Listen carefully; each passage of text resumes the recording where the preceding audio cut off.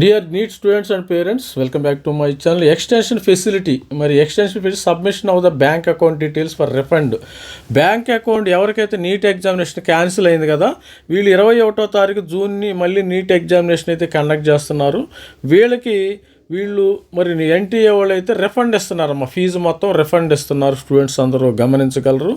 మరి రిఫండ్ ఇవ్వాలంటే మీకు బ్యాంక్ అకౌంట్ డీటెయిల్స్ ఇవ్వాలమ్మా. బ్యాంక్ అకౌంట్ డీటెయిల్స్ యొక్క డేట్ కూడా ఎక్స్టెన్షన్ చేశారు, అది కూడా చూద్దాం. Regarding refund of examination fee మీకు రిఫండ్ వచ్చేస్తుంది. ఇక్కడ చూసారా, ఇక్కడ ఆల్రెడీ ఇంతకుముందు కొంతమందికి మరి రిఫండ్ ఎగ్జామినేషన్ ఫీజు ఎంత ఉందో మీకు రిఫండ్ చేయటం అయితే జరుగుతుంది. స్టూడెంట్స్ ఇది చూడండి, ఇక్కడ extension facility for submission of the bank account details. Me bank అకౌంట్ని దాన్ని ఫోటో తీసి అప్లోడ్ చేయండి. ఇట్లా అప్లోడ్ చేయండి. ఇక్కడ ఆల్రెడీ ఇక్కడ మీరు ఎంటర్ లాగిన్ క్రెడెన్షియల్స్ వస్తాయి కదా, అప్లికేషన్ నెంబరు, పాస్వర్డ్, ఇక్కడ ఓటీపీ వస్తుంది. ఓటీపీ వచ్చిన తర్వాత మీరు IFSC code, bank account cheque, మీ దగ్గర చెక్ బుక్ ఉంటుంది కదా, చెక్ బుక్, తర్వాత account holder name as per bank account, bank account, IFSC code, account number, bank name, upload scanned copy cancel చెక్కు.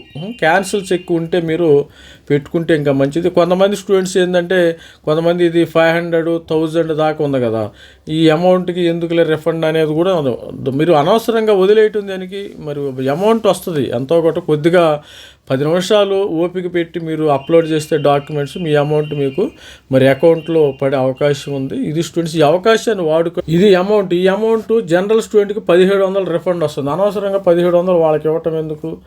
ఓబీసీ వాళ్ళకి 1600, ఎస్సీ ఎస్టీ వాళ్ళకి 1000 రూపాయలు మీకు refund వచ్చే అవకాశం ఉంది. Refund policy. ఈ రిఫండ్ అమౌంట్ని వదిలేయమాకండి. 100, 200 అంటే వదిలేసుకోవచ్చు, కానీ కొన్ని లక్షల రూపాయలు ఎన్టీఏ వాళ్ళకి ఉండిపోతాయి, వాళ్ళ అకౌంట్లోనే మిగిలిపోయే అవకాశం ఉంది. ప్రతి ఒక్కళ్ళు ఈ రిఫండ్ అని తెచ్చేసుకోండి. మీకు ఈ డీటెయిల్స్ ఉన్నాయి కదా, ఈ డీటెయిల్స్ ప్రకారము మీరు సబ్మిషన్ క్యాన్సిల్ చెక్ చేసి వాళ్ళకి జస్ట్ లాగిన్ అవ్వాలి. మీరు ఇక్కడికి వెళ్ళిన తర్వాత జస్ట్ లాగిన్ అవ్వి, జస్ట్ 5 minutes టైం పట్టిద్దాం. మరి రిఫండ్ను ఇక్కడ క్లిక్ చేయండి, రిఫండ్ పాలసీ క్లిక్ చేసిన తర్వాత ఇది వస్తుంది. ఇక్కడ మీ యొక్క అప్లికేషన్ నెంబరు ఎంటర్ చేయండి, అప్లికేషన్ నెంబరు, పాస్వర్డ్ తెలియకపోతే క్లిక్ చేయండి. లోపలికి వెళ్ళిన తర్వాత క్యాన్సిల్ చెక్ ఇవ్వండి వాళ్ళకి.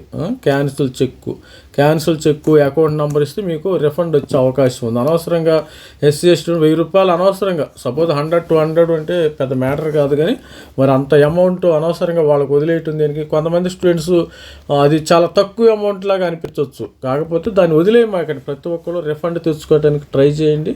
All the best. 21వ తారీఖున ఎగ్జామినేషన్ జరుగుతుంది, దానికి ప్రిపరేషన్ చూసుకోండి. స్టూడెంట్స్ ప్రిపరేషన్ అవుతారు, పేరెంట్స్ అనేవాళ్ళు రిఫండ్ పాలసీలో యాక్టివ్గా ఉండండి. All the best friend. This is me Ravikumar signing off. Thank you, bye.